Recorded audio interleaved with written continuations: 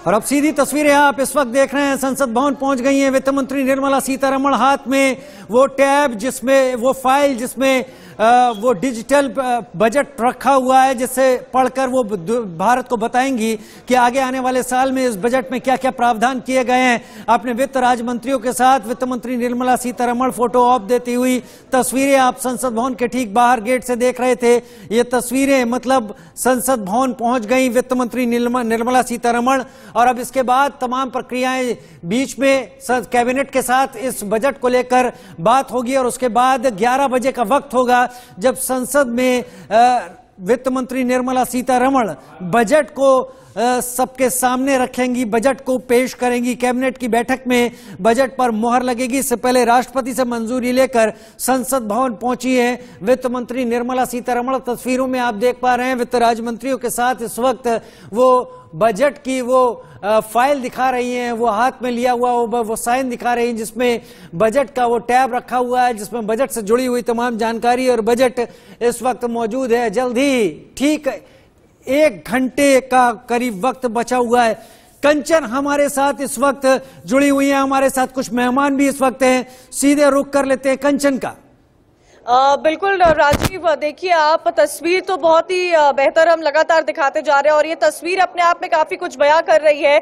सवाल इन तस्वीरों को देखकर यही खड़ा होता है मेरे, आपके और देश के उन तमाम टैक्स पेयर्स के मन में, क्या आज टैक्स स्लैब में कोई बदलाव होगा? क्या ईएमआई को लेकर कोई चेंजेस होंगे? क्योंकि आपने देखा होगा राजीव, ईएमआई को लेकर कई सारे सवाल खड़े किए गए हैं। एक तस्वीर इस वक्त हम अपने दर्शकों को लगातार दिखा रहे हैं। निर्मला सीतारमण देश की वित्त मंत्री अपने डिजिटल बजट के साथ इस वक्त पहुंची है संसद भवन में।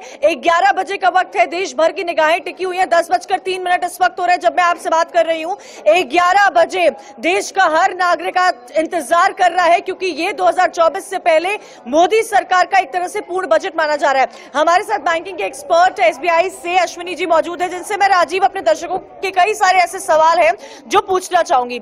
अश्विनी जी, ईएमआई को लेकर कई सारे सवाल हमने देखा पिछले कई समय में सामने आए हैं। क्या आपको नहीं लगता है कि अब जब इस बार जब बजट पेश किया जाएगा तो ईएमआई में सरकार को थोड़ा रिलैक्सेशन देना चाहिए? देखिए, बिल्कुल देना चाहिए। हमने भी सरकार से जो है प्री बजट जो है उनसे जो रिक्वेस्ट भेजा है उसका 2 है कि जो ईएमआई में रेपो रेट बढ़ने से लोगों के ऊपर जो बोझ बढ़ा है, लोगों पर तो बढ़ा है, बैंक के लिए भी मुश्किल है कि कोई बहुत छोटे अमाउंट के कारण बैंकों के जो बहुत सारे अकाउंट एनपीए हो गए और जो कस्टमर हैं उनको उनकी सिबिल खराब हुई है। तो इसलिए ईएमआई में रिलैक्सेशन देके उसको रिस्ट्रक्चरिंग करके ताकि वो जो है लोन बैड ना हो और लोगों की सिबिल भी खराब ना हो। दूसरा एक और हमने सुझाव दिया है सरकार को कि भाई डिपॉजिट का जो अभी जो गारंटी है 5 लाख की है, हमने कहा है कि भाई आप 5 लाख से ऊपर वालों के लिए एक थोड़े प्रीमियम पर एक पॉलिसी इंट्रोड्यूस करो कि वो अपना प्रीमियम पे करके अपना जो इंश्योर, क्योंकि देखिए ये कई ऐसे फैक्टर्स है राजीव जिसको लेकर ठीक है ये कई फैक्टर है जो बहुत जरूरी है, लेकिन हमारी कवरेज लगातार इस वक्त बनी हुई है कंचन, और हमारे साथ इस वक्त राशिद भी जुड़े हुए हैं, हमारे साथ इस वक्त अंजलि भी मौजूद है। Rashid, over to you.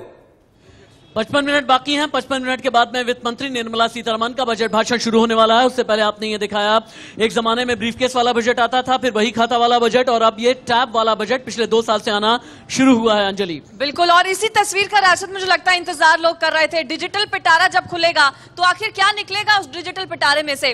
Rawal जी, अगर मैं बात करूं, कल जो आर्थिक सर्वेक्षण पेश किया गया है, इकोनॉमिक सर्वे में तो बहुत ज्यादा ग्रोथ दिखाई गई है। जीडीपी बताया कि बढ़ी है, बाकी देशों का जिक्र किया कि बाकी सब में हम बहुत स्थिति में है। अब ऐसे में जो पिक्चर कल इकोनॉमिक सर्वे में दिखी है, क्या वो लोगों के हॉल से निकलकर, पिक्चर हॉल से बाहर निकलकर लोगों की जेब तक कुछ असर डालेगी? देखिए, ऐसा है, 2 चीजें अलग अलग हैं। कंट्री किसी और जगह पे लड़ाई लड़ रही है, अपनी इकोनॉमिक फ्रंट के ऊपर इंटरनेशनली जो है स्ट्रेंथ आ रही है। उसके साथ साथ दूसरी एक तस्वीर है जो आप यहां देख रहे हैं कि सब्जी का भाव महंगा है। ये सब देखिए, ये डोमेस्टिक इशू है हमारे कि कहां है। जैसे चंद्र प्रकाश जी ने कहा कि किसान को दाम चाहिए, रेट बढ़ता है, कंज्यूमर को सस्ता चाहिए, इन दोनों के बीच का गैप कैसे कवर हो।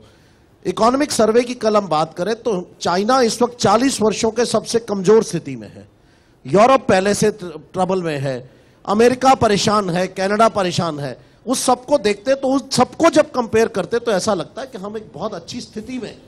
उसको देखते हुए लगता है कि इकोनॉमिक सर्वे की जो बात कर रहे हैं, जो सबसे पहली लाइन थी, बहुत बड़ी बात बोली आपने रावल जी। आप क्या कहेंगे सीपी शर्मा जी? विपक्ष तो इस पर सवाल उठा रहे, विपक्ष कह रहा है कि आप पहले का देखिए, जब हमारी यूपीए का जब शासन हुआ करता था, और तब में और अब में जमीन आसमान का फर्क है। लेकिन जैसा रावल जी कह रहे हैं, जो बड़ी बड़ी ताकतें हैं उनकी भी जीडीपी पूरी तरह से डामाडोल है अभी।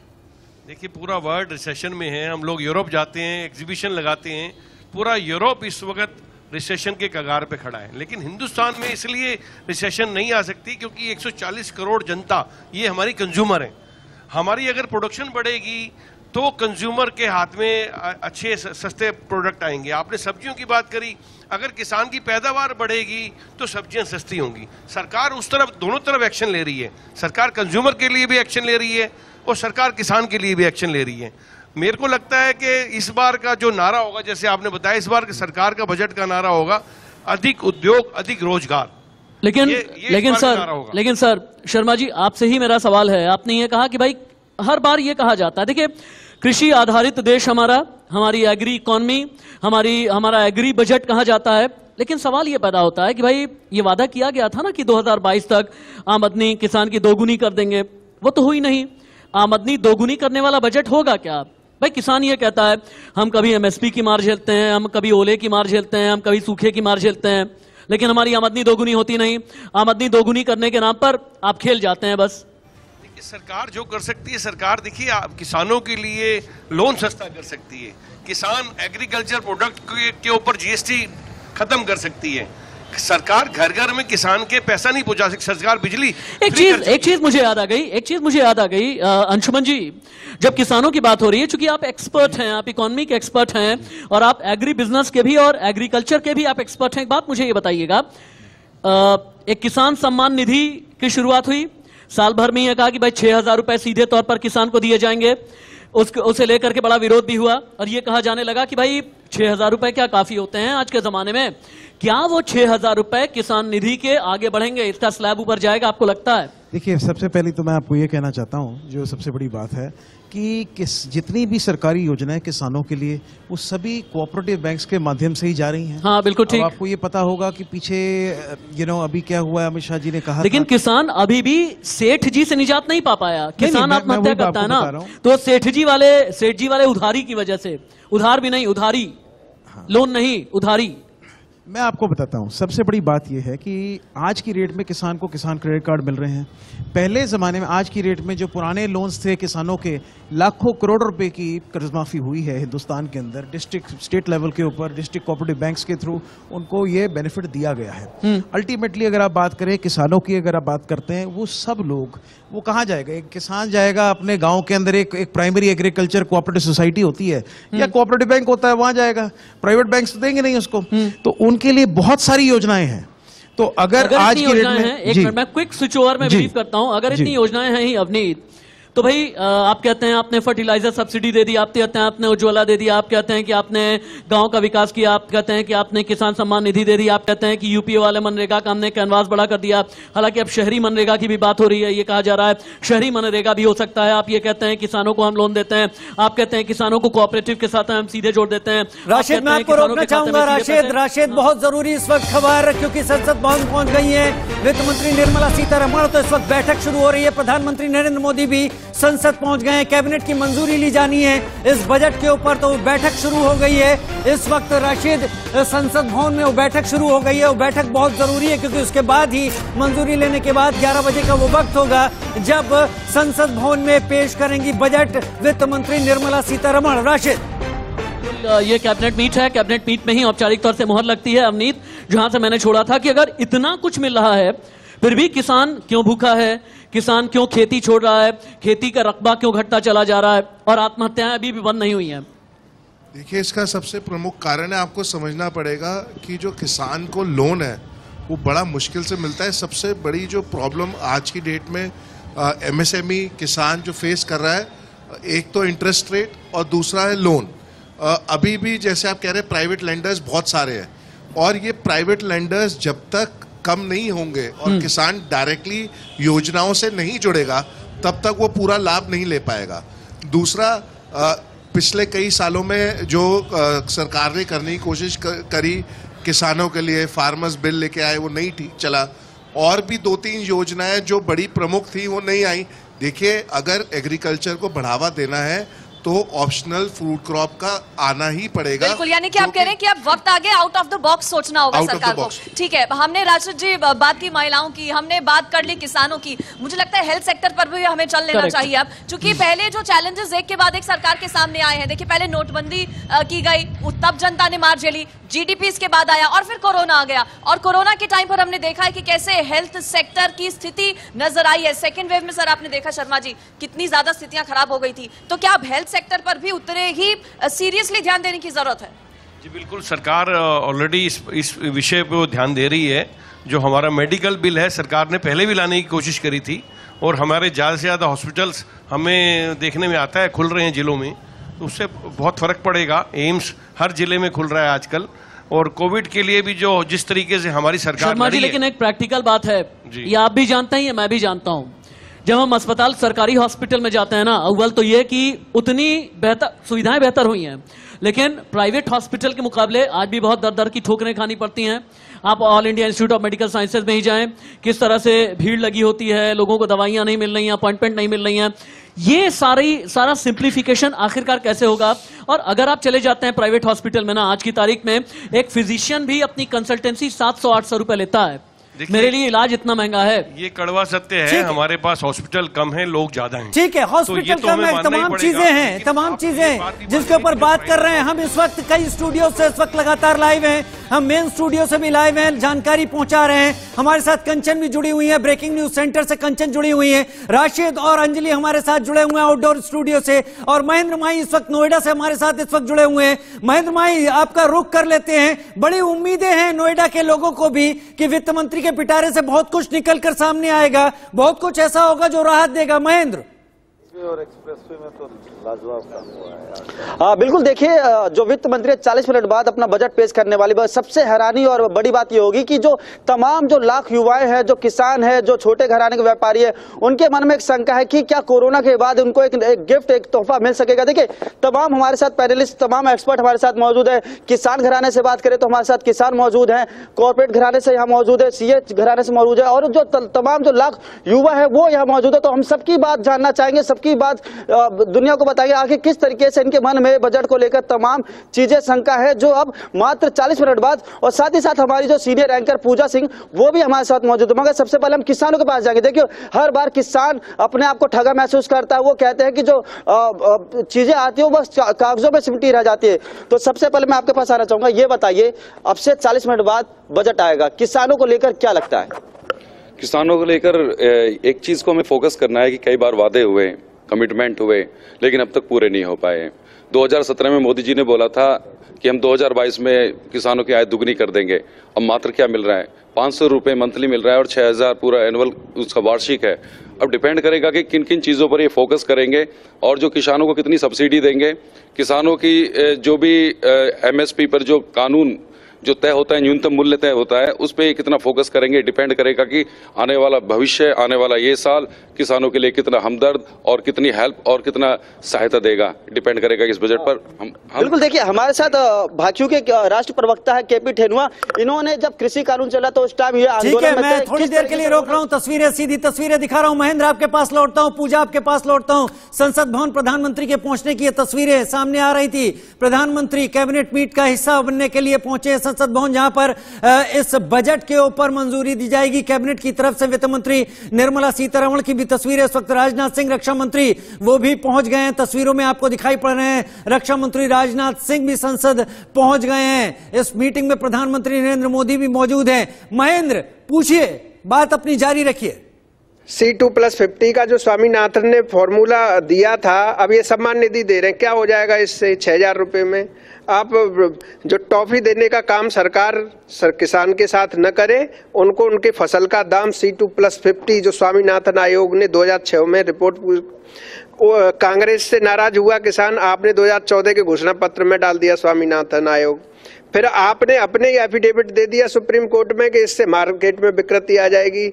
जब लोग भूखे मरेंगे तो मार्केट की विकृति छोड़ो, पूरे देश में विकृति आ जाएगी। इसीलिए मेरी माननीय प्रधानमंत्री भारत सरकार श्री नरेंद्र मोदी जी से सीधी सी मांग है, आप किसानों का आयोग बनाओ, उसमें किसान को ही अध्यक्ष और सदस्य कहो। ये फालतू की पॉलिटिक्स और ये सारी चीजें जो किसानों के साथ हो रही हैं, एक बार बता दो, सबसे गंभीर मुद्दा है आवारा गौवंश का। ठीक है, आप हाईवेज बना रहे हो हर जगह कि सरकार को क्या कुछ करना चाहिए, सरकार को किस तरीके से यहाँ पर कदम उठाने चाहिए। राशिद, आप सुन रहे होंगे लगातार सबके कमेंट, सबकी बातें। राशिद, किसानों की बातें तो हमने सुनी है, आम आदमी की बात भी हम कर रहे हैं। वापस से मैं इनकम टैक्स को लेकर के बात जरूर करना चाहूंगा और इसके लिए विनोद रावल जी, आपसे बेहतर और कोई शख्सियत नहीं हो सकती है।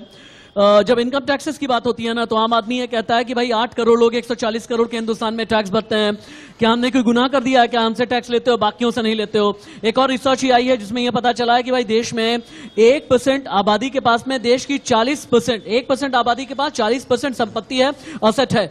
ये इम्बैलेंस किस तरीके से ठीक किया जाए, और क्या इनकम टैक्स में अब राहत मिलने का वक्त नहीं आ गया? 8 साल हो गए हैं, इनकम टैक्स में रिबेट के नाम पर कुछ भी नहीं मिला है, हर साल मुझे इंतजार होता है।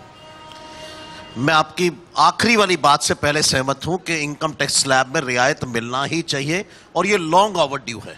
ये पैसे वाली या फिर परसेंटेज वाली स्लैब में? दोनों में आना चाहिए। दोनों, बेसिक स्लैब भी कम होना चाहिए, उसके साथ साथ परसेंटेज भी कम होना चाहिए। ठीक है, क्योंकि हम 30% से ऊपर जा चुके हैं। कंपनी के ऊपर ऑलरेडी हम टैक्स घटा चुके, पिछले कुछ साल की वजह से कॉर्पोरेट टैक्स का कलेक्शन मेरा घट गया है, उसके साथ साथ जबकि मेरा इंडिविजुअल टैक्स का कंट्रीब्यूशन बढ़ गया है। तो ये नंबरों की बात है, हम नंबरों में जाना नहीं चाहते। अंशुमन, क्या होता है ना, अंशुमन क्या होता है कि आज की तारीख में काम आदमी ये कहता है कि भाई हम सुबह सो करके उठते हैं और रात में सोने तक हम सिर्फ टैक्स भर रहे होते हैं। हम टूथपेस्ट में टैक्स देते हैं, हम नहाने वाले साबुन में टैक्स देते हैं, हम शैम्पू में टैक्स देते हैं, चलते हैं तो गाड़ी में देते हैं, पेट्रोल डीजल में देते हैं, अपनी कार खरीदते हैं तो देते हैं, खाना खाते हैं तो दे देते हैं। इतने टैक्सेस से कुछ निजात देने वाला ये बजट होगा या नहीं? मुझे लगता है इससे इस बजट के अंदर तो काफी फर्क पड़ना चाहिए एंड आई थिंक आम लोगों को इसका बेनिफिट मिलेगा। मुझे लगता है कम होना चाहिए, हर चीज में दरें कम होनी चाहिए।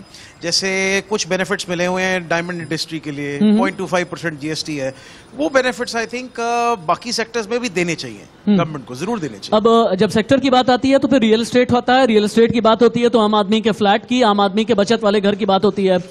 क्या बचत वाला घर आगे आने वाले वक्त में हमारे लिए सस्ता होगा या नहीं? हाउसिंग लोन सस्ते होंगे या फिर नहीं? देखिए, पहली बात आप कह रहे हैं हम देते हैं, आगे देता है जिसको हम दे रहे हैं टैक्स, वो सरकार को टैक्स दे रहा है या नहीं दे रहा है, सबसे बड़ी। राकेश कुमार सिंह की एक रिपोर्ट है, यहीं से अपनी बात पूरी करेंगे। राकेश कुमार सिंह, संसद भवन से live. Over to you Rakesh. 2.0 का आखिरी पूर्ण बजट, और यहाँ पर आप देख सकते हैं संसद भवन गेट नंबर 1, यहाँ पर जो है वित्त मंत्री निर्मला सीतारमण पहुंची हैं। यहाँ पर आप देख सकते हैं वित्त राज्य मंत्री के साथ साथ यहाँ पर सबकी निगाहें इस बजट पर टिकी हुई हैं कि आखिरकार इस बजट में चाहे आम आदमी हो या खास आदमी, आखिरकार बजट में क्या है, ये सबकी निगाहें हैं। देखिए, आप यहाँ पर निर्मला सीतारमण को देख सकती हैं कि साफ तौर पर जो अब गेट नंबर 1 से सीधे जो है संसद भवन में जाती हुई सबकी निगाहें टिकी हुई हैं। नौकरी पेशा वर्ग हो या किसान हो या आम आदमी या कॉर्पोरेट जगत, सबकी निगाहें टिकी हुई। आप यहाँ पर देख सकते हैं कि जो वित्त मंत्री हैं अपने एमओएस के साथ जो हैं आप लाल कलर की साड़ी और लाल जो है कलर की टैब यहाँ लिए हुए, तो अब से कुछ देर बाद जो है आम बजट पेश करेंगी। लेकिन सबकी निगाहें इस बात पर टिकी हुई हैं कि आखिरकार चाहे आम आदमी हो या खास आदमी हो, इस पिटारा में क्या है। राकेश कुमार सिंह, इंडिया न्यूज, संसद भवन, दिल्ली। ठीक है, तो राकेश कुमार सिंह की रिपोर्ट देख रहे थे। इस वक्त हम राकेश कुमार सिंह संसद से रिपोर्ट कर रहे थे वित्त मंत्री निर्मला सीतारमण के पहुंचने की। राशिद, आपने देख लिया, पहुंची, इस वक्त कैबिनेट की मीटिंग हो रही है जिसमें मंजूरी लेंगी और फिर उन सवालों के जवाब भी मिलेंगे जो आप पूछ रहे हैं। और मुझे अच्छे से पता है कि आपके साथ साथ पूरे हिंदुस्तान को ये इंतजार है कि भाई निर्मला सीतारमण शेरो शायरी का इस्तेमाल करेंगी या नहीं। पिछले कई सालों में, पिछले कई दशकों में इस तरह का एक ट्रेंड चला है जब वित्त मंत्री जब शायराना अंदाज में कई बातें संसद भवन के अंदर करती हैं। नोएडा हम चलेंगे, लेकिन पहले अब निजी अपनी बात आप पूरी कर लें। दो चीजें होती हैं, पहले तो मुझे सस्ता घर नहीं मिलता, अगर किसी भी तरह से मैं घर ले लेता हूं तो जो बिल्डर होता है परेशान अभी भी करता है, हालांकि रेरा आ गया है, लेकिन अभी भी बिल्डर परेशान करता है। यानी देर में घर मिलता है उसका एक अलग रोना है, सस्ते में घर नहीं मिलता उसका अलग रोना है, सस्ते में होम लोन अब मिलता नहीं उसका एक अलग रोना है। ये रोना कुछ कम होगा क्या? बिल्कुल ये होना चाहिए। देखिए सरकार ने अफोर्डेबल हाउसिंग सोसाइटी स्कीम्स लेके आए हैं, लेकिन जो सस्ता घर और इंटरेस्ट रेट की बात आप कर रहे हैं, अगर अफोर्डेबल हाउसिंग इस कंट्री में नहीं आएगी तो जो मिडिल क्लास का अपना घर का सपना है वो पूरा नहीं हो पाएगा। और एक और बात इसमें बड़ी आपको बताना चाहता हूं, जब आप नई घर खरीदते हैं तो उसमें हम नया सामान लेते हैं, ऐसे ही कंट्री की कंज्यूमरिज्म बढ़ता है, ऐसे ही वो नया फ्रिज लेगा, टीवी लेगा, वॉशिंग मशीन। बिल्कुल ठीक कह रहे हैं सर, आपको माफी के साथ रोकना चाहूंगी। पूजा भी मेरे साथ जुड़ी है ग्राउंड जीरो से। पूजा का हम रुक कर लेते हैं। पूजा, हालांकि बजट तो तैयार हो चुका है, आधे घंटे में वो टेबल भी किया जाएगा निर्मला सीतारमण की तरफ से, लेकिन फिर भी ये जानना जरूरी है कि लोगों की क्या एक्सपेक्टेशंस हैं। एक्सपेक्टेशन तो अंजलि हमेशा हर बार लोगों की हाई रहती है और उनका ये मानना होता है कि इस बार उनके लिए बजट में क्या होगा। ये साल चुनावी है, 2024 चुनावी है, तो बजट भी चुनावी होगा। अब लेकिन देखना ये होगा कि आर्थिक सर्वे रिपोर्ट की अगर हम बात करें, पिछली 3 अगर स्पीचेस की बात कर ले या रिपोर्ट्स की हम बात कर लें, तो वो कितनी जो है जमीन पर उतर पाई है, कितनी ग्रोथ हुई है, वो एक देखने वाली बात थी। लेकिन अब की बात करें तो इस बार का जो आर्थिक सर्वे सामने आया है, क्या उस आर्थिक सर्वे के हिसाब से इंडिया जो है रफ्तार के साथ जो है पकड़ पाएगा विकास की गति को, ये देखना होगा। इस पर बात करने के लिए तपन भारती हमारे साथ सीनियर जर्नलिस्ट हैं और उसके अलावा हमारे साथ जो है गिरीश जी हैं और अतुल जी हैं, सीए हैं। तो सबसे पहले इन्हीं से बात कर लेते हैं। तपन जी, यहाँ पर बात करें, आपको क्या लगता है, अगर हम पिछले 3 बार की बात करते हैं, आर्थिक सर्वे रिपोर्ट जो आई थी उसके हिसाब से विकास गति नहीं हो पाई है, इस बार की जो है आई है सर्वे रिपोर्ट, आर्थिक सर्वे रिपोर्ट, उसको देखकर आपको क्या लगता है? कोरोना काल निकल चुका है, यूक्रेन के युद्ध की बात करें, उसका कहीं ना कहीं डायरेक्ट इनडायरेक्ट प्रभाव पड़ा होगा, क्या इन सब चीजों से निकलकर भारत की आर्थिक रफ्तार आगे बढ़ेगी? देखिए, सबको पता है कि कुछ ही मतलब दुनिया जो है आर्थिक मंदी के कगार पर खड़ी है और 1/3 जो देश हैं इसके चपेट में तो आ ही जाएंगे।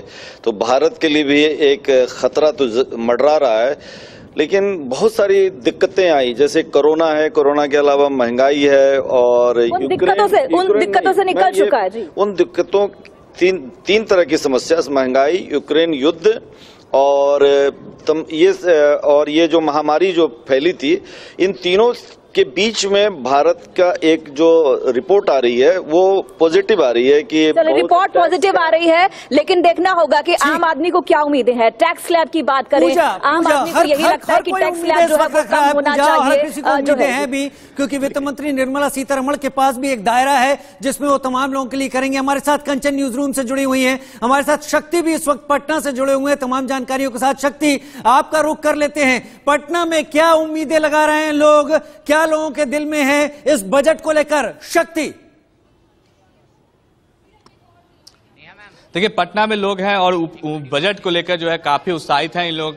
आइए उनसे बात करते हैं, आखिर क्या उम्मीदें हैं आप लोगों को इस बार बजट से? इस बार बजट से जो उम्मीदें तो बहुत सारी हैं, क्योंकि महंगाई तो एकदम अपने चरम पर पहुंच गया है। तो सरकार से हम लोग ये उम्मीद कर रहे हैं कि कुछ तो थोड़ी राहत करे। हर चीज़ें महंगे हो गए, दाल से लेकर के किरासन तेल तक। एक आम आदमी जो है, एक अगर मान करके चलिए कि जो अगर सरकार एवरेज इनकम की जो बात कर रही है कि ठीक है कि एवरेज इनकम जो है 30 से 35 हज़ार रुपये के करीब में है, लेकिन उससे उसका बजट नहीं हो पा रहा है। आपको क्या उम्मीदें हैं? हम लोग को तो उम्मीदें है कि जैसे मेक इन इंडिया युवाओं के लिए काफ़ी है, तो सरकार मेक इन इंडिया पे ध्यान दे, एजुकेशन पे ध्यान दे और युवाओं को रोजगार पे ध्यान दे। सरकार से हम लोग को काफ़ी उम्मीद है इस बार। कुछ और युवा हमारे साथ हैं, क्या उम्मीदें हैं आप लोग? जैसे कि 2014 से पहले 2014 के बाद टैक्स स्लैब में कोई बदलाव नहीं हुआ है, तो हम लोग यही उम्मीद करते हैं कि इस बार मेक इन इंडिया की टैक्स स्लैब की पटना के युवा सीधे सीधे मुद्दों पर बात कर रहे हैं। मैं रवि का रुख करूंगा। रवि हमारे साथ लखनऊ से इस वक्त जुड़ रहे हैं। रवि, पटना के युवा इस वक्त मेक इन इंडिया की बात कर रहे हैं, टैक्स स्लैब की बात कर रहे हैं, आमदनी की बात कर रहे हैं। लखनऊ का युवा, लखनऊ का आदमी, लखनऊ के लोग क्या चाहते हैं?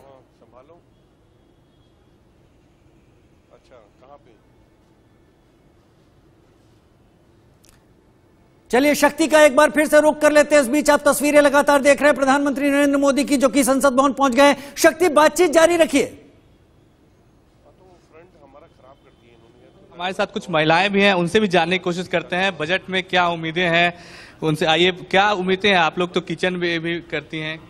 यस सर, उम्मीद तो बहुत है, क्योंकि किचन का तो सारा हम लोग का बजट ही हिलकर रह गया है। तो तेल भी हमारी उतनी ही महंगी हो गई है, दाल भी तो उतनी ही महंगी हो गई है। तो आम लोगों के तो थाली से मतलब कि दाल गायब ही हो चुके हैं। तो हम लोग को तो उम्मीद यही है, थोड़ा सा हम लोग मिडिल क्लास फैमिली से हैं, तो थोड़ा सा महंगाई और। वित्त मंत्री एक महिला है और आप लोग भी महिला हैं, तो उनसे और यस सर, उनसे तो उम्मीद हम लोग को जाहिर सी बात है बहुत सारा ही है, लेकिन देखिए कितनी हम लोग की उम्मीद पे खरी उतरती हैं वो। कुछ लोग और हैं, उनसे भी जानने की कोशिश करेंगे कि इस बजट से उन्हें क्या उम्मीदें हैं मोदी सरकार।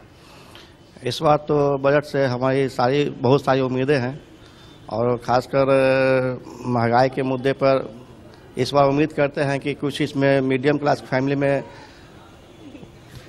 और अभी हम लोग कुछ लोग हैं, उनसे जानने की कोशिश करेंगे। जी, समझ पा रहे हैं आप लोगों से उनकी राय जानिए, क्योंकि लोग लगातार अपनी राय बता रहे हैं इस बजट को लेकर, उम्मीदें बता रहे हैं। शक्ति हमारे साथ पटना से जुड़े हुए हैं, हमारे साथ तमाम और संवाददाता जुड़े हैं, हमारे साथ कंचन न्यूज रूम से, आउटडोर स्टूडियो से भी हमारे साथ तमाम लोग। शक्ति हमारे साथ इस वक्त पटना से बात कर रहे हैं, और बड़ी उम्मीद है इस वक्त अब से कुछ देर बाद, यानी करीब आधा घंटे बाद बजट पेश करेंगी वित्त मंत्री निर्मला सीतारमण। और बड़ी खबर की बात कर लेते हैं इस वक्त, क्योंकि वो संसद भवन पहुंची थी, कैबिनेट की मीटिंग हुई, इसमें बजट को मंजूरी दे दी गई है।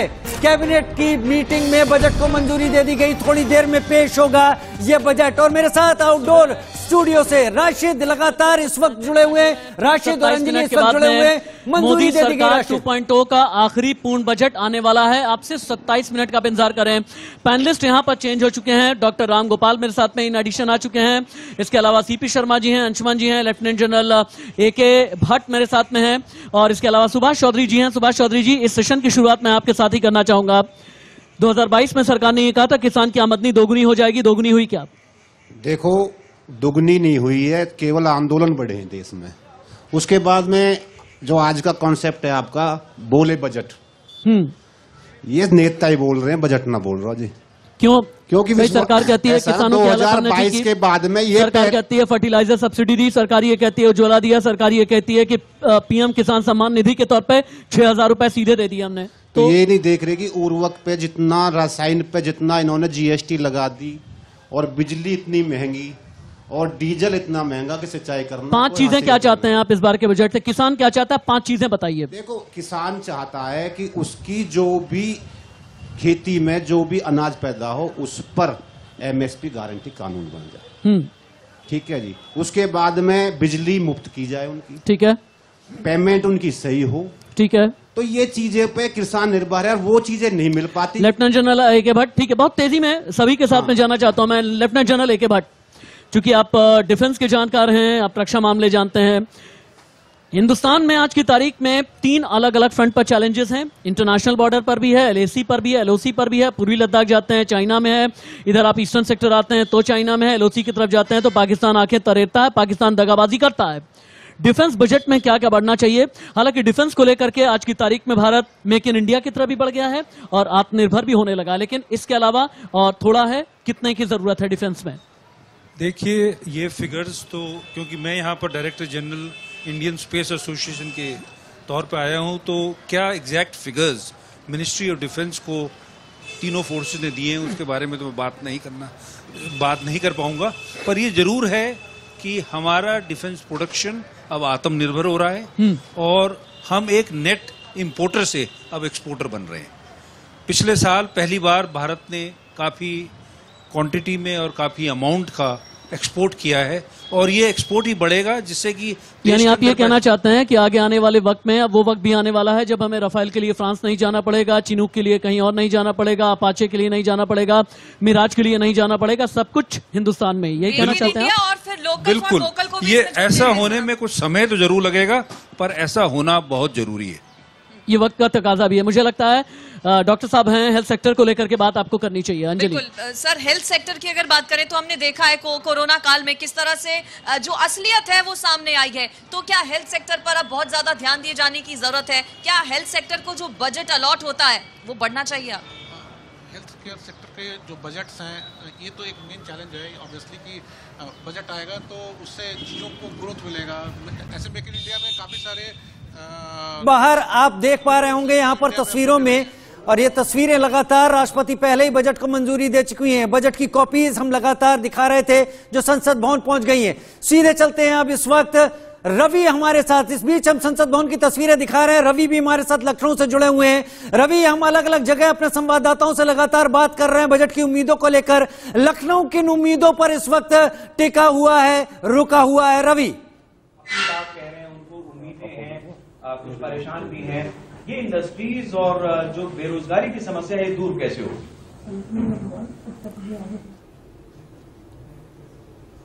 और रवि से संपर्क साधने की कोशिश करेंगे, लेकिन जयपुर में विष्णु भी मौजूद हैं, गुलाबी नगरी में विष्णु मौजूद हैं। विष्णु, जयपुर के लोगों की क्या उम्मीदें हैं? थोड़ी देर में बजट पेश होने वाला है।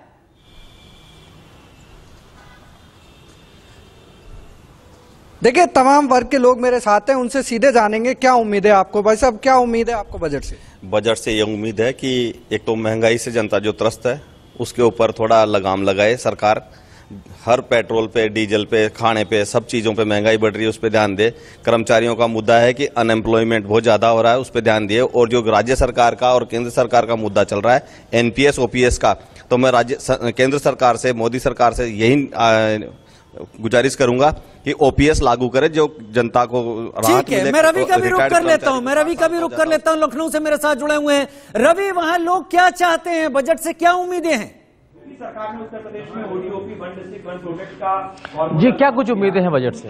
आज के बजट से उत्तर प्रदेश आदर्श व्यापार मॉडल को बहुत सी उम्मीदें हैं। हम लोग ये मान के चल रहे हैं कि देश की वित्त मंत्री जी देश के व्यापारियों के व्यापार को बचाने के लिए, क्योंकि विदेशी ई कॉमर्स कंपनियों से व्यापारी बहुत परेशान है, तो ई कॉमर्स के लिए कोई पॉलिसी आज घोषणा की जाएगी, रिटेल ट्रेड के लिए पॉलिसी घोषणा की जाएगी, साथ ही साथ बाजारों की सुरक्षा के लिए, व्यापारियों की सुरक्षा के लिए और जनता की सुरक्षा के लिए देश के सभी प्रमुख बाजारों में सीसीटीवी कैमरे लगाने की योजना शुरू की जाएगी। व्यापारियों को स्वास्थ्य बीमा 10 लाख रुपए का दिया जाएगा। ऐसी उम्मीदें हम लोग आज करते हैं। जीएसटी को सरल बनाया जाएगा और तमाम ऐसे विषय जो इनकम टैक्स का स्लैब है उसको कम किया जाएगा। 10, 20, 30% का स्लैब बहुत ज्यादा है। ये एक चिंता की बात है कि 140 करोड़ की आबादी में मात्र 2 से 2.5% लोग ही इनकम टैक्स देते हैं। तो हम लोग इस बात की उम्मीद करें कि आज इनकम टैक्स स्लैब में बड़ा परिवर्तन आएगा। अचानक से बेरोजगारी की समस्या काफी बढ़ी हुई है, हर तरफ रोजगार की मांग हो रही है।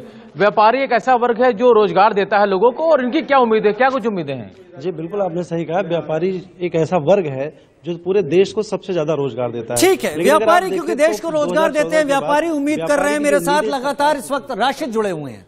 खुद झेली है, लेकिन सर अगर 6,000 की चीजें अगर नहीं आपको दी जाती है तो टेक्नोलॉजी आपको कहीं ना कहीं कॉम्प्रोमाइज होने लगता है। यानी आप ये कहना चाहते हैं सरकारी, एक मिनट अंजलि, यानी आप ये कहना चाहते हैं कि सरकारी हॉस्पिटल में अगर मुझे बहुत सस्ती 1000 रुपए की एंजियोग्राफी मिल रही है तो वो ठीक नहीं है, और मैं मल्टीनेशनल्स में जाऊं वो ठीक है? आप ये कहना चाहते हैं? क्वालिटी की बात कर रहा हूँ। जहाँ पे आप अगर सरकारी हॉस्पिटल में जाते हैं तो आप इक्विपमेंट का जो और इंफ्रास्ट्रक्चर कॉस्ट वही बताने का कोशिश कर रहा हूँ। जब अगर जीएसटी इनपुट किसी प्राइवेट हॉस्पिटल को अगर 1 करोड़ रुपए पर बेड पड़ता है तो हमारे 1 करोड़ 18 लाख रुपए पड़ता है। आखिरी सर, ये जायज है क्या कि बहुत बार क्या होता है इलाज भी हो जाता है, और इलाज छोड़ दीजिए है, उनको बिठा के उसके बारे में हम सारी चीजें बताएंगे। अगर बगैर बजट देखे अंदाजे पे बोलना ठीक नहीं रहेगा। अब थोड़ा इंतजार कीजिए दोपहर तक, तो सारी बातें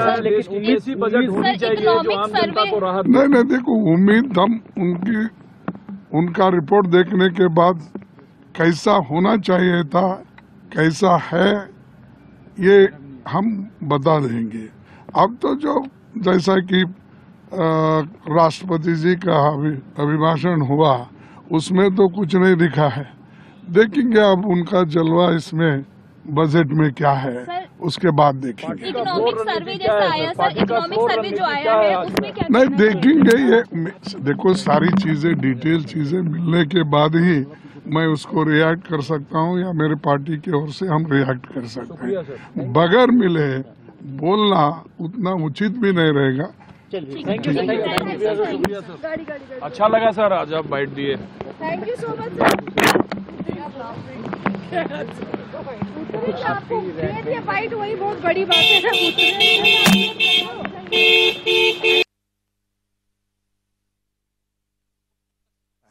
तो वो चाहे तो वो अमेंडमेंट कर सकते हैं। किसान को इलाज सस्ता मिलता है? कहीं सस्ता नहीं है जी। अच्छा, कोई इसकी इलाज सस्ता नहीं है। किसान तो इलाज में देखा नहीं कोरोना टाइम में। रकबा बढ़ा या घटा? बहुत ज्यादा। किस चीज का जी? खेती का, किसानी का? घटा है। घटा है। दूसरा ये बताइएगा, क्या अभी भी डिपेंडेंसी यानी निर्भरता इसी चीज पर है कि सूखा हो गया तो उसके बाद हम परेशान बैठे रहेंगे, बाढ़ आ गई तो परेशान बैठे रहेंगे, ओले गिर गया तो परेशान बैठे रहेंगे? कोई गारंटी नहीं होती? वो कोई गारंटी नहीं है और कागजों में है सारी, जमीन पर कुछ नहीं। और सबसे बड़ी बात, जो वादा किया था सरकार ने 2022 तक की आय दोगुनी हो जाएगी किसानों की, हुई नहीं हुई? तो क्या इस बार आज इसी के लिए बैठे हैं। 2022 के बाद में 23,000 बिल्कुल टकटकी लगाया बैठा किसान। और ये टकटकी बिल्कुल। General Ajay Bhatt, lieutenant general A K. Bhatt, एक और मेरा सवाल है। हम उस जगह पर, उस दोराहे पर आकर के खड़े हो गए हैं जहां पर अग्निवीर का पहला बैच हमारा तैयार है। क्या अग्निवीर जैसे कुछ और भी फैसले, हालांकि अग्निवीर को लेकर के आपको पता है कि बैकलैश भी थोड़ा झेलना पड़ा था, क्या था मैं दोहराऊंगा नहीं, लेकिन अग्निवीर जैसे कुछ और भी फैसले साथ जुड़ी हुई हैं। हमारे तमाम अलग अलग हमारे साथी अलग अलग जगह से बजट के ऊपर ये लाइव कवरेज दे रहे हैं। रचना भी मेरे साथ जुड़ी हुई है। रचना, बजट को लेकर आपके पास क्या जानकारी? वित्त मंत्री निर्मला सीतारमण पर राजीव आज पूरे देश की निगाहें हैं। थोड़ी देर पहले का अपडेट है कि जो बजट की कॉपीज है वो संसद भवन पहुंच गई हैं। निर्मला सीतारमण अपनी पूरी टीम के साथ पहुंच चुकी हैं और अब बस चंद पलों का इंतजार और है जब देश के सामने पूर्ण बजट पेश हो जाएगा और लोगों को मालूम हो जाएगा कि उम्मीदें किस हद तक पूरी हुई हैं और क्या कुछ उम्मीदें सरकार ने पूरी की हैं, राहत दी है या फिर आफत आ गई है। मैं इस वक्त जहां पर मौजूद हूं वहां से मेरी नजर से जरा राजीव देखने और समझने की कोशिश कीजिएगा। यहाँ ओखला मंडी नजर आ रही है। ओखला मंडी जहां लोगों की भीड़ है, यहीं पर किसान भी आते हैं, अपनी सब्जी को लेकर जाते हैं। यहीं पर वो आम लोग भी आते हैं जो 4 पैसे बचाने के लिए फ्रेश सब्जी खरीदने के लिए आते हैं। यहाँ पर वो सब्जी विक्रेता भी हैं जो बढ़ती महंगाई का हमेशा हमारे सामने बखान करते हैं और बताते हैं कि जब सब्जी पीछे से महंगी आ रही है तो महंगी तो देखिए आपको भी मिलेगी। इधर ही रेलवे ट्रैक मुझे नजर आ रहा है। अभी ट्रेन यहां से गुजरी थी। रेल में क्या कुछ सरकार राहतें देने वाली है, रेल सुविधाएं कितनी बेहतर करने वाली है। कल ही बताया गया था कि जो दुर्गम क्षेत्र है वहां भी रेलवे लाइन पहुंची है। ऐसे दुर्गम इलाकों में भी ट्रेन पहुंची है, ट्रेन की सेवा लोगों तक पहुंची है। ट्रेन की बात यहीं से मैं कर रही हूँ, सब्जी मंडी की यहीं से बात कर रही हूँ। यहीं से थाली तैयार होती है, सब्जी फल सब यहीं पर मिलते हैं। साथ ही मैं यहीं से देख रही हूँ हाई राइज बिल्डिंग भी मुझे नजर आ रही है। मतलब सस्ता घर क्या लोगों को मिल पाएगा, क्या आमदनी बढ़ पाएगी, क्या सेविंग बच पाएंगी, क्या घर की थाली सस्ती हो पाएगी, आटा दाल चावल सब्जी फल ये सब सस्ता हो पाएगा। ट्रेन अभी यहीं से गुजर रही है। मैं कहूंगी कैमरामैन दिखा दे, ट्रेन यहीं से गुजर रही है। ट्रेन की हालत और ज्यादा कितनी सुधरेगी, आम लोगों को राहत क्या मिलेगी, ये सभी बहुत बड़े सवाल हैं। ये बेसिक जरूरत है। आम लोगों से हम बात कर रहे थे, कह रहे थे कि 25 रुपए से 35-40 रुपए प्रति किलो आटा मिल रहा है। आटा वो जरूरत है जो हर घर की जरूरत है, हर थाली तक पहुंचता है। सब्जी जो हर घर में बनती है। दालें अवॉइड की जाती हैं क्योंकि दालें बहुत ज्यादा पिछले कुछ सालों में बढ़ गई हैं।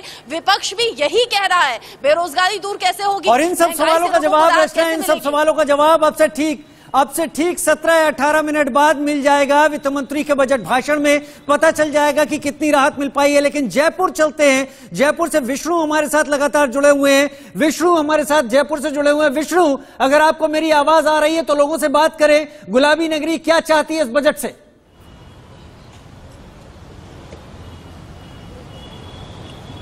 देखिए, क्या राजस्थान इस बार क्या चाहता है बजट से? आप सीनियर सिटीजन है, क्या उम्मीदें हैं आपको?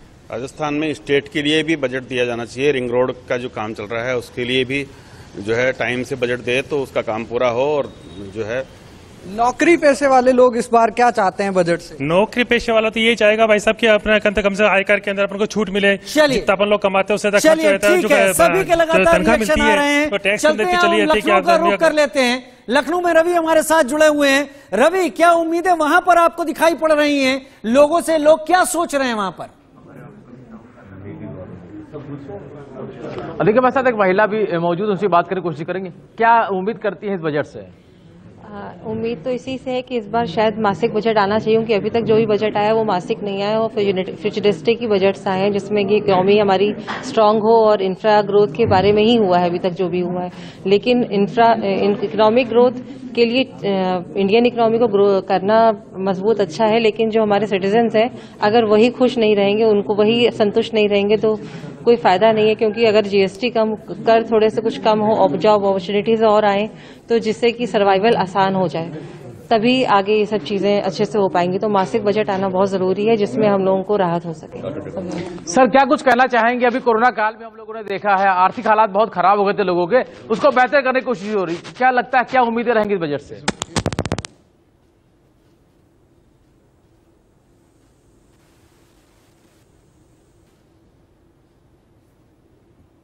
ठीक है, हमारे साथ रवि, हमारे साथ इस वक्त राशिद भी आउटडोर स्टूडियो से लगातार जुड़े हुए हैं, लगातार सवाल पूछ रहे हैं। राशिद, जो गुमटी वाले हैं, जो चाय वाले हैं, उनकी रिकवरी हुई है क्या? इसमें कोई दो राय नहीं है। जब कोविड का टाइम था बिजनेस को बहुत मार पड़ी है, बिजनेस का बहुत नुकसान हुआ है। इसके बाद जीएसटी जैसे ही लॉन्च हुआ, जीएसटी के लिए समझने में हमें 2 वर्ष लग गए, लेकिन अब जीएसटी क्योंकि इनपुट हमें समझ में आने लग गए, इनपुट का बेनिफिट मिलने लग गया, तो इसलिए अब चीज़ें पटरी पे धीरे धीरे आ रही हैं, धीरे धीरे बिजनेस स्टेबल हो रहा है, धीरे धीरे बिजनेस हम लोग अच्छा कर पा रहे हैं। पिछले समय से हम लोग बिजनेस हम डबल कर पा रहे हैं। बिजनेस अच्छा हुआ है, क्योंकि मैन्युफैक्चरिंग सेक्टर की अगर बात करें तो अगर मैन्युफैक्चरर्स के बीच आप जाकर उनसे बात करेंगे तो यही सुनने में आता है कि बहुत मंदी है, बाजार में काम ही नहीं है। देखिए मैं आपको एक बात बताता हूँ, अभी क्या हुआ है, गवर्नमेंट ने बड़ी सारी स्कीम्स बनाई है जिसके वजह से एक्सपोर्ट्स बढ़ रहे हैं। एंड मैं आपको बताता हूँ फेरा फेमा में भी कुछ लेजिस्लेटिव चेंजेस हुए हैं जिसके वजह से आज एक हिंदुस्तान का बिजनेसमैन हर देश में जाके इन्वेस्टमेंट कर सकता है और अपने बिजनेस को एक्सपोर्ट, अपने बिजनेस को बढ़ा सकता है और एक्सपोर्ट्स बढ़ा सकता है। तो ये जो चेंजेस हैं, बहुत दिक्कत आती है सर, इस बात से इनकार नहीं किया जाता। अगर मैं सोचूं मैं अपना बिजनेस शुरू करूंगी तो क्या उतना आसान ये प्रोसेस है? नहीं है सर। नहीं, मैं आपको एक बात, अंजलि बिजनेस शुरू करने वाली है क्या आप? बिल्कुल मैं जवाब देना चाहूंगा आपको। ईज ऑफ वर्किंग सरकार की जो स्कीम है, ईज ऑफ डूइंग बिजनेस नारा दिया सरकार ने, लेकिन धरातल पर जमीनी स्तर पर नहीं। बिल्कुल देखिए, निवेश मित्र आप कोई भी आप ऐप खोलिए, उत्तर प्रदेश सरकार निवेश मित्रा के थ्रू ऑनलाइन लोन मिलना कितना मुश्किल होता है, या फिर 1 डिस्ट्रिक्ट 1 प्रोडक्ट, इन सब में कितनी ज्यादा दिक्कतें हैं हम जानते हैं। सर बस एक मिनट, अस्पताल और डॉक्टर मरीज फ्रेंडली कब होंगे सर? इसमें दोनों की तरफ से आवश्यकता है, सरकार को भी काम करने की आवश्यकता है सर। जैसे गवर्नमेंट की स्कीम्स है सर, जिसमें कुछ पैनल्स हैं, जैसे सीजीएचएस। ठीक है, हमारा लगातार डिस्कशन जारी है। हमारे तमाम सहयोगी इस वक्त लगातार हमारे साथ जुड़े हुए हैं। बजट के पहले बजट को लेकर क्या उम्मीदें हैं तमाम एक्सपर्ट्स में, उसको हम लगातार बता रहे हैं, दिखा रहे हैं इस डिस्कशन के जरिए। एक छोटे से ब्रेक के लिए इस वक्त रुक रहे हैं, छोटे से ब्रेक की तरफ जा रहे हैं, जल्द हाजिर होते हैं। बहुत थोड़ी देर में ही बजट पेश होने वाला है।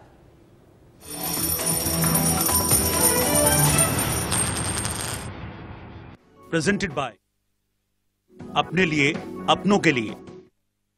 अधिकांश लोगों की धारणा है कि आयुर्वेदिक इलाज स्लो और लंबा होता है और गंभीर रोगों को हैंडल नहीं कर सकता, लेकिन जीवा आयुर्वेद ने लोगों की सोच को बदल कर रख दिया है। जीवा आयुर्वेद ने 20 लाख से अधिक पेशेंट्स की पर्सनलाइज्ड चिकित्सा की है और 400 से अधिक स्टाफ आपकी सेवा में अवेलेबल है। यदि आपको लगता है कि आपकी बीमारी ठीक नहीं हो रही है तो एक बार जीवा आयुर्वेद में जरूर कॉल करिए। तो अभी तुरंत 88 26 40 40 40 पर कॉल करिए। बाय SBI लाइफ, अपने लिए, अपनों के लिए।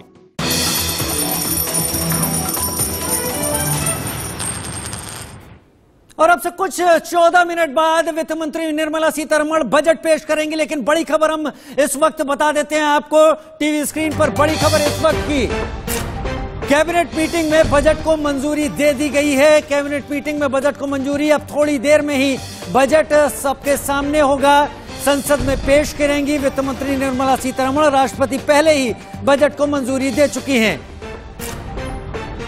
और हमारे सहयोगी राशिद इस वक्त लगातार एक्सपर्ट्स के साथ मौजूद हैं और बात कर रहे हैं, सवाल पूछ रहे हैं। राशिद, अस्पताल कहाँ है आपका? हर सर, हम लोग बिहार में काम करते हैं, झारखंड में काम करते हैं, उत्तर प्रदेश में काम करते हैं। और आपको बताता हूं सर, 4 साल या 5 साल पहले जिस किसान को या कॉमन आदमी, केवल किसान को क्यों कहते हैं, जो और रिक्शा पुलर हैं और छोटे छोटे जो लोग हैं, उनको इलाज कराने की जो शक्ति नहीं थी, अब वो जाकर छोटे छोटे नर्सिंग होम और प्राइवेट में जाकर आयुष्मान भारत का इलाज करा रहे हैं। और मैं सर आपको बताता हूँ, मैं हवा में नहीं बात कर रहा हूँ सर, हम लोग ग्राउंड पे काम करते हैं। सुनिए करवा नहीं रहे हैं, पलकट्टी ले रखी है सबने, एक बार किसान पहुंच जाए, वाकई 1 बीघा जमीन बिक जावे एक छोटे से इलाज में। चलिए, तो आपस की आप दोनों की बात हो गई। अब आप ये बता दीजिए, जब चंद आखिरी मिनट बचे कि सरकार से क्या चाहते हैं, क्या बदलाव होना चाहिए? भाई हम ये चाहते हैं जो उन्होंने अपने घोषणा पत्र में कहा था 2022 में आपकी आय दोगुनी होगी, आज हम उस घोषणा पत्र का इंतजार कर रहे हैं कि सरकार में सद्बुद्धि आएगी और आज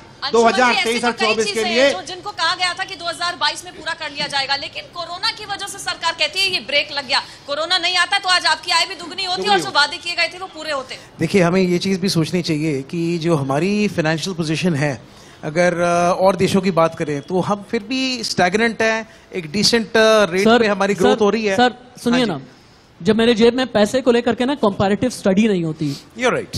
जब मुझे सुविधाओं की बात आती है ना तो कंपैरेटिव स्टडी नहीं होती है। फिर मैं ये नहीं देखूंगा कि भाई फला के जेब में कितने पैसे हैं, फला देश में कितने पैसे हैं, मेरे पास कितने हैं, मेरे पास हैं या नहीं, ये ज्यादा इंपॉर्टेंट होता है। क्यों शर्मा जी, अगर मैं गलत कह रहा हूं तो अपनी बात आप जल्दी पूरी कर लें, उसके बाद शर्मा जी रिबट करना चाहते हैं। डॉक्टर साहब बहुत देर से इंतजार कर रहे हैं, बैकफुट पर है, फ्रंट फुट पर आना चाहते हैं। एक मिनट डॉक्टर साहब, डेयरी के लिए, ठीक है, नहीं सर, ये किसानों के लिए डेयरी डेवलपमेंट के लिए बड़ी स्कीम्स बनाई है एनसीडीसी। चलिए सुभाष जी, काफी पैसा देता है सुभाष जी, आ जाइए। जो लोग डेयरी खोलना चाहते हैं, आम किसान अगर चाहे तो डेयरी खोल सकता है, डिस्ट्रिक्ट कोऑपरेटिव बैंक उसके लिए लोन देता है। अब डोंट बस एक मिनट अंजलि, एक minute, don't feel bad Anshuman, you are looking damn dashing, correct, you are damn dashing on screen appearance में, लेकिन जब बात किसान की आती है ना, वो अपने चीथड़े कपड़ों की ओर देखता है और फिर देख करके बात करता है।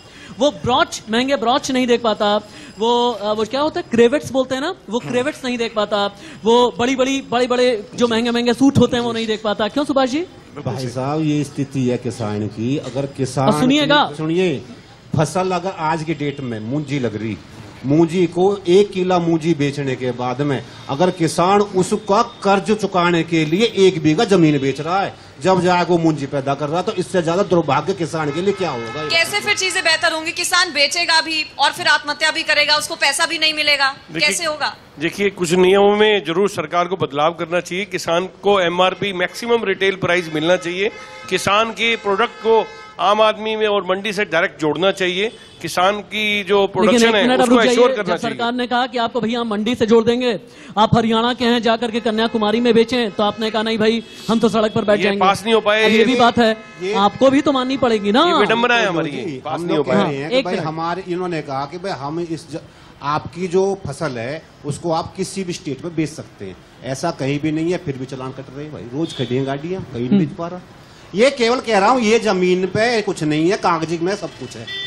स्थिति खराब है किसान की, और किसान आज भी देख लो गन्ने की पेमेंट करो रहा, धरने चल रहे। उन्होंने ठीक रखी थी, से लेके अब इससे पहले वाली सरकार ने स्थिति ठीक रखी थी। पिछली बार जो हमने आंदोलन किया, 13 महीने के आंदोलन में हमें वो चीज मिली। सरकार केवल इतनी बैकफुट पे आई कि जो वो लाई वो वापस ले लिया, ना कि कुछ दिया। बता दो कुछ दिया। शर्मा जी, एक और बात, शर्मा जी एक और बात, क्योंकि अब हम प्री बजट सेशन के बिल्कुल कंक्लूडिंग पार्ट में हैं, ठीक 6 या 7 मिनट के बाद में बजट भाषण शुरू हो जाएगा। एक बात और भी मुझे समझाइएगा कि 9 राज्यों में विधानसभा चुनाव, अगले साल लोकसभा चुनाव होने वाले हैं, तो ऐसे में क्या क्या पिटारे से निकलने की उम्मीद है, एक बार क्विक रैप अप में बताएं, फिर मैं सभी की विश लिस्ट एक एक करके, मुझे ऐसा लगता है सभी की विश लिस्ट फिर हम ले लेंगे। जी सर। मुझे लगता है इस बार के बजट में डेफिनेटली आम आदमी के लिए कुछ अच्छा होगा। इनकम टैक्स स्लैब में कुछ चेंजेस होंगे, कम से कम हम मानते हैं जो 2.5 लाख का मिनिमम था वो 3.5 लाख होगा, और जो 7 लाख तक जाएगा स्लैब में आएगा। अगर 2.5 का 3 लाख हो गया और किसी की सैलरी अगर 50,000 है, हर महीने कितने बचेंगे, एक अंदाजे से बताइएगा आप। देखिए, 50,000 हर महीने अगर सैलरी है तो उसकी 6 लाख रुपए साल की आय हो गई। ठीक है, 6 लाख रुपए साल की आय होती है, तो उसको जो स्लैब में आएगा उसको 10% मैक्सिमम उसकी। कितने पैसे बचेंगे? 500, 600, 200, 300, कम से कम 2,000-1,500 रुपए महीना बचने चाहिए। 1500 इन्होंने बताया। अंशुमन जी, चूंकि आखिरी चंद मिनट अब बचे हैं, क्या क्या निकलने वाला है पिटारे से, क्या उम्मीद? देखिए, उम्मीद तो ये है कि जितने अपने लोग हैं सभी को बेनिफिट्स मिलने चाहिए इनकम टैक्स स्लैब में। दूसरा, जैसे महिलाओं का ध्यान रखा गया है वो इवेंचुअली बहुत ज़रूरी है, बिकॉज ताकि महिलाएं आगे एंटरप्रेन्योरशिप की तरफ बढ़ सकें। स्टार्टअप इंडिया के जो प्रोग्राम हैं उसके मुताबिक जितने बिजनेसेस हैं, स्मॉल बिजनेसेस हैं, वो आगे ग्रो कर सकें। अंशुमन, इसके अलावा एक इन एडिशन, चूंकि हमारी बात अधूरी सी रह जाएगी अगर हम रेलवेज की बात ना करें। 2017 में चूंकि रेलवे बजट और यूनियन बजट दोनों को मर्ज किया गया, 2016 तक रेलवे बजट अलग से आता था। भारतीय रेलवे को कई चीजें मिलनी बेहद जरूरी हैं, क्योंकि रेलवे के साथ में जुड़े हैं पैसेंजर्स और रेलवे के साथ जुड़ा है हिंदुस्तान का सबसे बड़ा रोजगार। तो चूंकि एक विजन है मोदी सरकार का जो बड़ा अच्छा है, जिसकी मैं तारीफ करूंगा, वंदे भारत एक सक्सेस स्टोरी है। क्या आने वाले दिनों में शताब्दी को या राजधानी को भी कन्वर्ट किया जाएगा वंदे भारत? आने वाले वक्त पे आप देखिए, इसमें रेल मंत्रालय और जो अपना टूरिज्म मंत्रालय है, ये दोनों काम कर रहे हैं। एंड उन्होंने ऐसी डिसइन्वेस्टमेंट स्कीम्स बनाई हैं जिसमें बेसिकली प्राइवेट कंपनीज भी बेसिकली जो ट्रेन्स हैं वो प्राइवेटली इंफ्रास्ट्रक्चर आगे डेवलप करके उसको मच बेटर बना के। सस्ता चाहिए आपको? सस्ता आपको क्या चाहिए? और क्या बजट चुनावी होगा? सर हम तो हेल्थ केयर में रिसर्च पे चाहते हैं कि सरकार इस पे कुछ बजट एलोकेट करे। ये तो बोल दो ना सर कि मेरे लिए इंजेक्शन का फॉयल सस्ता कर दो। सर वो सारी चीजें टेक्नोलॉजी, दवाई सस्ती कर दीजिए। डॉक्टर की कंसल्टेंसी सस्ती होनी चाहिए या नहीं? भाई उसमें तो कोई पैसे नहीं लग रहा है ना, एक बार पढ़ाई कर ली, 700 की बजाय 600 ले लेंगे, कोई दिक्कत है क्या? नहीं 700 600 की बात नहीं। डॉक्टर ऐसे भी मिलते हैं जो डॉक्टर भगवान कहा जाता है, 50 रुपए में इलाज कर रहा है सर, और 2-2 भी लेते हैं। 50 रुपए की आप बात करें, कई ऐसे हैं जिनकी कंसल्टिंग फीस 2000 है। शुरू किया एकदम ठीक है। आप 50 रुपए वाला डॉक्टर की कंसल्टेंसी सस्ती होनी चाहिए या नहीं? पैथोलॉजी सस्ती होनी चाहिए या नहीं?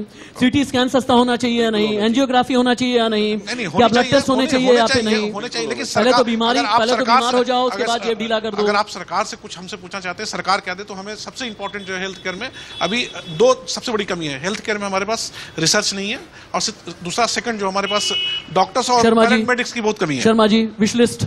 देखिए, हमें लगता है कि डेफिनेटली जो प्राइवेट हॉस्पिटल हैं उनमें नियमों में कुछ सुधार होना चाहिए। इसमें भी कुछ नकेल सरकार को कसनी चाहिए, आम आदमी के लिए जी जरूरी है। हमें लगता है कोऑपरेटिव सेक्टर के अंदर section 12 banking regulation amendment act में कुछ संशोधन हुआ था, जिसके मुताबिक जितने सहकारिता बैंक हैं, जिससे यानी किसान जुड़े हुए हैं जिन बैंकों से, बैंक किसान प्राइवेट बैंक में नहीं जाता, तो उन सबको बचाने के लिए इवेंचुअली कुछ रेगुलेशन। सुभाष जी, आपके लिए मांग रख दी इन्होंने, तो अब आप बताइए आपकी क्या मांग है और क्या चाहते हैं इस बार हो?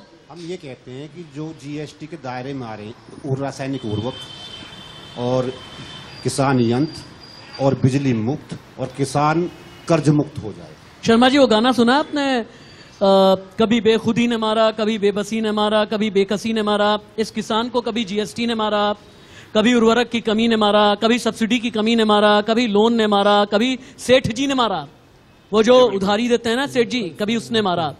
कितनी मार झेलेंगे बेचारे? देखिए, किसान की विडंबना है। किसान के लिए डेफिनेटली हम पूरा समाज को सोचना चाहिए, हमें सरकार को ही नहीं, हमारे सभी का कर्तव्य किसान। सर, ये सेमिनार सिंपोजियम वाली बात मत कीजिए कि समाज को सोचना चाहिए। मैं तो सोच ही रहा हूँ, समाज है कौन? हम है ना समाज, आप है ना समाज। क्यों भाई सुभाष जी? बिल्कुल समाज बैठा। देखिए, मैं एक बात और जोड़ना चाहूंगा यहाँ। देखिए, आज के समय में दोबारा से हमारी ऑर्गेनिक खेती के ऊपर सबसे पहले सरकार ने ही सोचा है। पहले ऑर्गेनिक खेती धीरे धीरे बंद हो चुकी थी। आज की डेट में गोबर धन बनाया जा रहा है, आज के दिन में नीम के उर्वरक बनाए जा रहे हैं, आज के दिन में ही जो एक्चुअल चीजें हैं जो पिछले वर्षों में हुआ करती थी वो दोबारा वापस आ रही है। सुभाष जी, एक और बात भी है, जो पंजाब का किसान है ना, वो बहुत ही मॉडर्नाइज तरीके की खेती करता है, लेकिन यूपी का किसान ऐसा नहीं करता, विदर्भ का नहीं करता, बुंदेलखंड वाला नहीं करता। क्या ये भी खाई जो है इसे भी पाटना जरूरी है? बिल्कुल, क्योंकि वहाँ ऐसा ना हर जगह की जमीन में अलग अलग खेती होती है। यूपी है, यहाँ पे सबसे ज्यादा गन्ने की है, आलू की है और अन्य खेती है। पंजाब है, गेहूं है और आपका चावल है, उसकी खेती ज्यादा होती है। कपास है, राजस्थान, मतलब अलग अलग। लेकिन सुभाष जी, किसान होता बड़ा मासूम है, बड़ा सीधा होता है, लेकिन तब अच्छा नहीं लगता जब कहता बक्कल तार देंगे। नहीं, बक्कल नहीं, बक्कल का हमारा जो अर्थ है ना वो ये है कि भाई बक्कल। टीका जी ने यही तो कहा था ना। मैं बता तो रहा हूँ जी, बक्कल का मतलब ये थोड़ी नहीं है कि बक्कल तार देने का मतलब ये है कि भाई जो सरकार बक्कल तार देंगे मतलब चमड़ी उधेड़ लेना ही तो होता है ना, यही होता है ना भाई, यही होता है ना अंजलि। हाँ, इसको ये होता है कि जो चीज चल रही है भाई, जो स्पेशली सरकार 70 साल तक चली वो तैयार थी ना। चलिए, किसानों की बात हुई, डॉक्टर और नर्सेज की कमी पर भी ले आती हूँ राशिद जी। में डॉक्टर और नर्सेज की बहुत कमी है, कैसे उसको पूरा करेगी सरकार? सरकार को ना सबसे हमारे तरफ से अगर सलाह दी जाए तो जितने मेडिकल कॉलेज हैं उस सब में पैरामेडिक्स की पढ़ाई की भी सुविधा स्टार्ट करनी चाहिए। सरकार को कंपलसरी करनी चाहिए कि अगर 150 सीट अगर आपने एमबीबीएस के लिए ली है तो इक्वली उसके 150 पैरामेडिक्स को भी आप तैयार करो, क्योंकि पैरामेडिक्स में हो सकती है फीस कम होती होगी तो इसके चलते मेडिकल कॉलेज वाले रेडी नहीं होते होंगे उसको खोलने में। सो अगर इस इकोनॉमिक्स को अगर बैलेंस किया जाए सरकार की तरफ से और उनको कंपल्सन किया जाए तो 150 डॉक्टर के साथ मे बी 150 अगले पैरामेडिक्स भी तैयार होंगे। 10:59 हो गया है, 10:59 हो गया है। इस वक्त तस्वीरें देखनी बहुत जरूरी हैं। थोड़ी देर के बाद में, चंद सेकंड के बाद में बजट भाषण शुरू होने वाला है। इंडिया न्यूज ने क्या तैयारी किया एक बार मैं क्विक रैप अप में बता देता हूं। ये इंडिया न्यूज का बजट हेडक्वार्टर है, इसके अलावा budget breaking centre, budget centre और बजट स्टूडियो, जहां पर बहुत ही आसान शब्दों में बजट मैं और मेरे जितने भी कोलीग्स हैं, अंजलि मुदगल, कंचन जैसवानी, रचना बंसल, राजीव शर्मा, रोहित पुनेठा, इन सभी ने एक प्रॉपर रिसर्च के साथ में अपना आपके लिए तैयारियां करके रखी हुई हैं और अंजलि हमारे प्रोग्राम्स के बारे में और डिटेल वे में बताएंगी। बिल्कुल, दिन भर ये जो खास पेशकश है वो जारी रहेगी। फिलहाल 11 बजे का ठीक वक्त हो चुका है और मुझे लगता है अब हमें संसद की तस्वीरें देखनी चाहिए।